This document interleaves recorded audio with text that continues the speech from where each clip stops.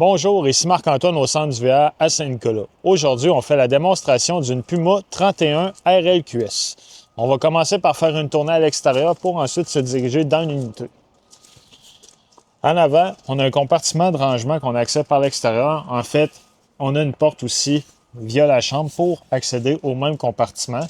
On a la possibilité d'installer laveuse-sécheuse dans cette partie. Il y a la plomberie qui est déjà passée en conséquence. Pour l'auvent, on a un cap qu'on peut retirer sur la tête en cas d'urgence. Donc, si jamais notre auvent est ouvert et qu'on n'a plus de courant pour le refermer, on va pouvoir, à l'aide d'un outil, le refermer manuellement via cet espace. On voit l'interrupteur ici, c'est pour abaisser les pattes stabilisatrices qui se trouvent à l'avant de l'unité. Dans le slide-out, on a un coffre de rangement.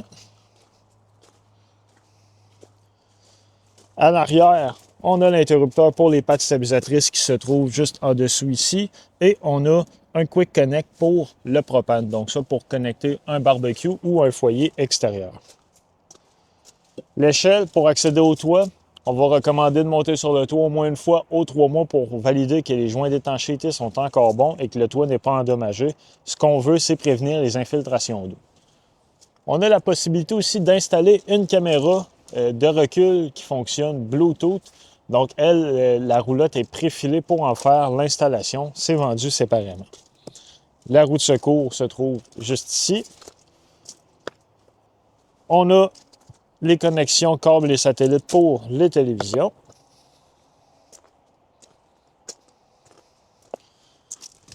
En dessous ici, on a une seconde prise Quick Connect pour le propane.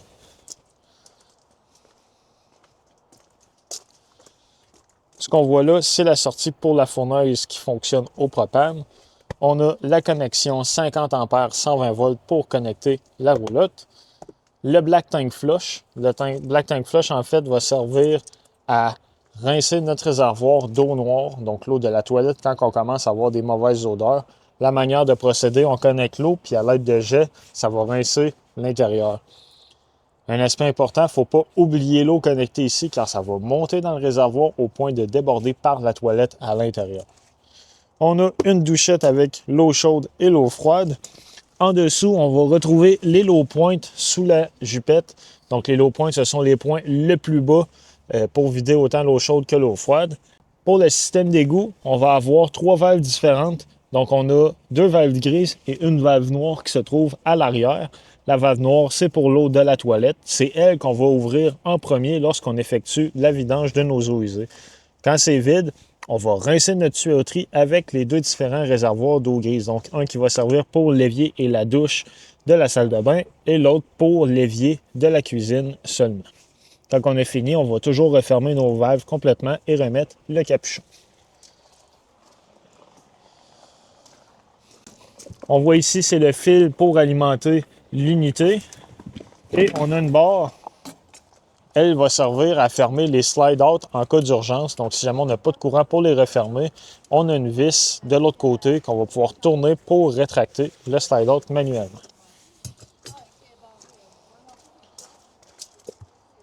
Le City Water Connection, donc c'est ici qu'on va connecter l'eau de la ville ou du camping.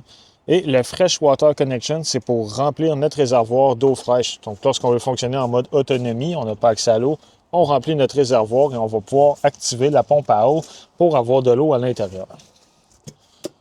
Le chauffe-eau, lui, de type instantané. Donc, on a un interrupteur qu'on doit venir mettre à on ici. Le reste des contrôles se fait à l'intérieur. Lui va chauffer l'eau à la demande, donc on n'a pas de réservoir intégré. À l'avant, on a une patte électrique avec un interrupteur pour la lumière, l'emplacement pour installer 2 réservoirs de 30 livres de propane et le compartiment pour installer une batterie ou 2 au besoin. On a aussi le couteau pour le coupe-circuit principal. Donc, lui, ce qu'il va faire, c'est qu'il va complètement couper le courant 12 volts. Lorsqu'on utilise l'unité, on va le mettre à on et lorsqu'on va remiser celle-ci pour éviter les pertes de courant, on va le mettre à off.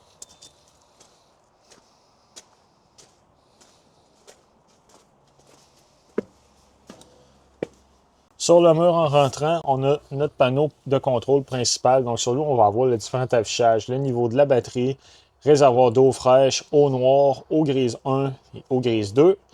On a l'interrupteur pour la pompe à eau. Donc lorsqu'on fonctionne en mode autonomie, on met la pompe en marche pour avoir de l'eau. On va recommander, lorsqu'on a fini de se servir de l'eau avec la pompe, de l'éteindre. Pour mettre le chauffe-eau en fonction, donc lui, lorsqu'on le met à on vient alimenter le contrôle principal. Donc lui, on va pouvoir mettre la température en Celsius ou en Fahrenheit, gérer la température de sortie de l'eau chaude. Donc, dès qu'on va ouvrir un robinet, il va y avoir un pictogramme qui va s'afficher comme quoi il y a une circulation d'eau. Ensuite, un fan et une flamme. Lorsque la flamme est en action, ça va prendre quelques secondes pour que l'eau sorte de la robinetterie. Si on continue sur le panneau de contrôle, on a les interrupteurs pour l'éclairage, pour l'extérieur avec l'auvent, les interrupteurs pour ouvrir et fermer les 3 slide-out ainsi que l'ouvrant. En bas, c'est notre panneau de contrôle principal. Donc en bas ici, c'est la partie qui va gérer le 120 volts avec les breakers et le 12 volts avec les fusibles. Quand il y en a une qui va être défectueuse, il y a une lumière rouge qui va s'allumer à côté de celle-ci.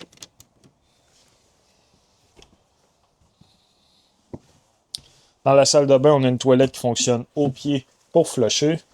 On a une douche conventionnelle avec l'eau chaude et l'eau froide. Au plafond, on a une ventilation qu'on vient ouvrir manuellement, simplement tirer sur la poignée et la barrer à la position voulue. Et on a l'interrupteur pour mettre le fan en action. L'évier avec l'eau chaude, l'eau froide. Et on a une prise de courant 120 volts avec un reset intégré. Donc, si jamais on n'a pas de courant dans nos prises, un des premiers endroits à venir voir, c'est s'assurer que le bouton dans le milieu est bien enclenché.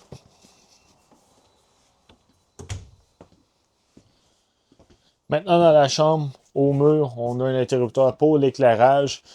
De chaque côté du lit, on a des prises USB de connexion. Garde-robe de rangement ici. Et, comme je vous parlais un peu plus tôt, un garde-robe, donc avec l'accès par l'extérieur ici.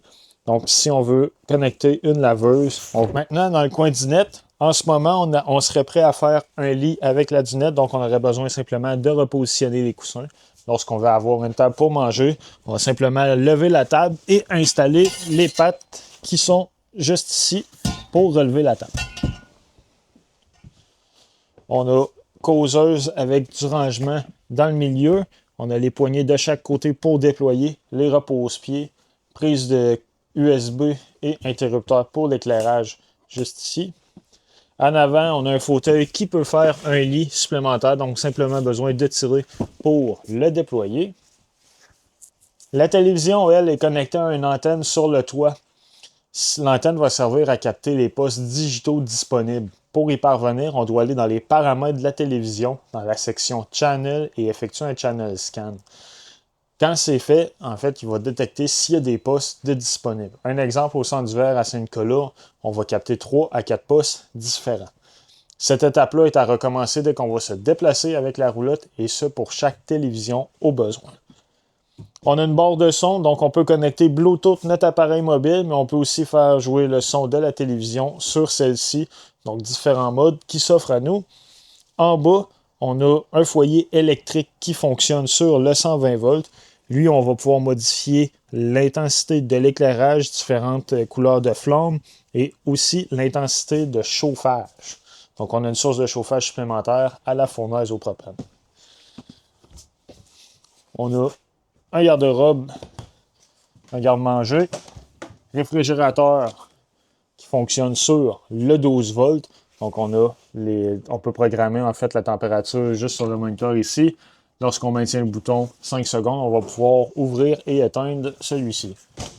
Particularité, on peut l'ouvrir des deux côtés et la partie congélateur qui se trouve au bas. La cuisinière, elle, fonctionne au propane. Donc, pour la mettre en fonction, on va simplement ouvrir les gaz et faire tourner pour allumer l'étincelle. Et même chose pour le four. Donc, lui, on va ouvrir les gaz et à l'aide d'un briquet, on va aller allumer celui-ci. On a un interrupteur pour l'éclairage au besoin. La hotte de la cuisinière qui se trouve ici. Donc, on a le fan et l'éclairage. Le micro-ondes, lui, fonctionne sur le 120 volts. on a l'option Air Fryer sur celui-ci. Dans l'îlot, on a notre évier avec l'eau chaude, l'eau froide.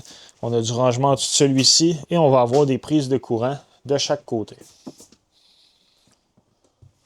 Au bas du mur, ce qu'on voit là, c'est notre détecteur de monoxyde de carbone. Et un peu plus haut, le thermostat. Donc sur lui, on va pouvoir gérer autant le système de chauffage que de climatisation. La manière qui fonctionne, on va simplement choisir le mode donc cool pour climatiser ou fournaise pour chauffer avec la fournaise. Ensuite, on va pouvoir monter et baisser la température ou simplement faire fonctionner la ventilation. Dans l'unité, il y a une pochette dans laquelle on va retrouver tous les manuels d'utilisateurs des électros, donc réfrigérateur, le micro-ondes, la télévision. Si on a des questions ou qu'on veut faire de la programmation, on peut toujours s'y référer. C'est ce qui conclut la démonstration de la Puma. Merci.